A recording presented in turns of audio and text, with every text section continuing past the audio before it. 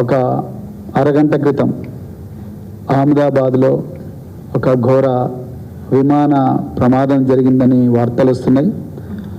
ఆ విమానంలో ఉన్న 242 మంది ప్రయాణికులందరూ కూడా సురక్షితంగా ఉండాలని ఆ భగవంతుణ్ణి ప్రార్థిస్తూ,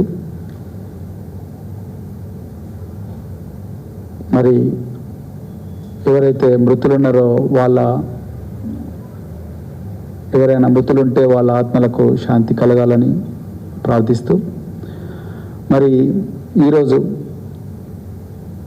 తెలంగాణలో విద్యా వ్యవస్థ అత్యంత దారుణంగా ఉంది అన్న విషయాన్ని మరి కేసీఆర్ గారి పాలనలో ఎంతో అద్భుతంగా ఒక వెలిగిన విద్యా వ్యవస్థ ఈరోజు కాంగ్రెస్ రేవంత్ రెడ్డి పాలనలో పూర్తిగా కుదేలైందని చెప్పడానికి చాలా అంటే చాలా బాధగా ఉంది.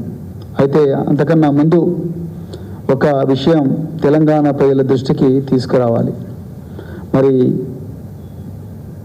భారత పార్లమెంటులో ప్రతిపక్ష నాయకుడు రాహుల్ గాంధీ గారు 2 రోజుల క్రితం కేంద్ర ప్రభుత్వానికి, మరి ముఖ్యంగా నరేంద్ర మోడీ గారికి ఒక లేఖ రాయడం జరిగింది. ఆ లేఖలో మరి రాహుల్ గాంధీ గారు బీహార్లో దర్భంగా అనే జిల్లాలో అంబేద్కర్ హాస్టల్కు పోయినప్పుడు ఆ అంబేద్కర్ హాస్టల్లో ఎస్సీ, ఎస్టీ, ఈబీసీ, ఓబీసీ మైనారిటీలకు చెందిన విద్యార్థుల పరిస్థితి అత్యంత దయనీయంగా ఉన్నదని, మరి వాళ్లకు ఉండడానికి సరైన వసతులు లేవని, అలాగే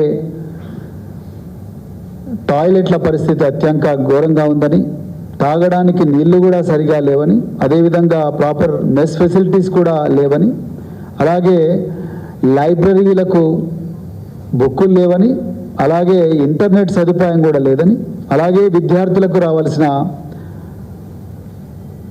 స్కాలర్షిప్స్ ఏవైతే ఉన్నాయో ఒక 2-3 సంవత్సరాల నుంచి రావడం లేదని చెప్పేసి రాహుల్ గాంధీ గారు కేంద్ర ప్రభుత్వానికి లేఖ రాసిండ్రు. మేము ఒక్కటే చెప్పాలనుకున్నాం, అయ్యా రాహుల్ గాంధీ గారు లేఖ బాగానే రాసిండ్రు, కానీ నరేంద్ర మోడీ అడ్రస్తో పాటు సీసీలో రేవంత్ రెడ్డి అడ్రస్ కూడా పెట్టాల్సిందని మేము అనుకుంటున్నాం. మీరు అది కావాలనే ఆ అడ్రస్లో రేవంత్ రెడ్డి పేరు, తెలంగాణ కాంగ్రెస్ ప్రభుత్వం పేరు కావాలనే పెట్టలేదని మేము అనుకుంటున్నాం. నిజానికి ఇక్కడ చెప్పిన సమస్యల కన్నా ఇంకా తీవ్రమైన సమస్యలు, బీహార్ కన్నా ఘోరమైన సమస్యలు ఈరోజు తెలంగాణలో విద్యారంగాన్ని పట్టి పీడిస్తున్నాయి.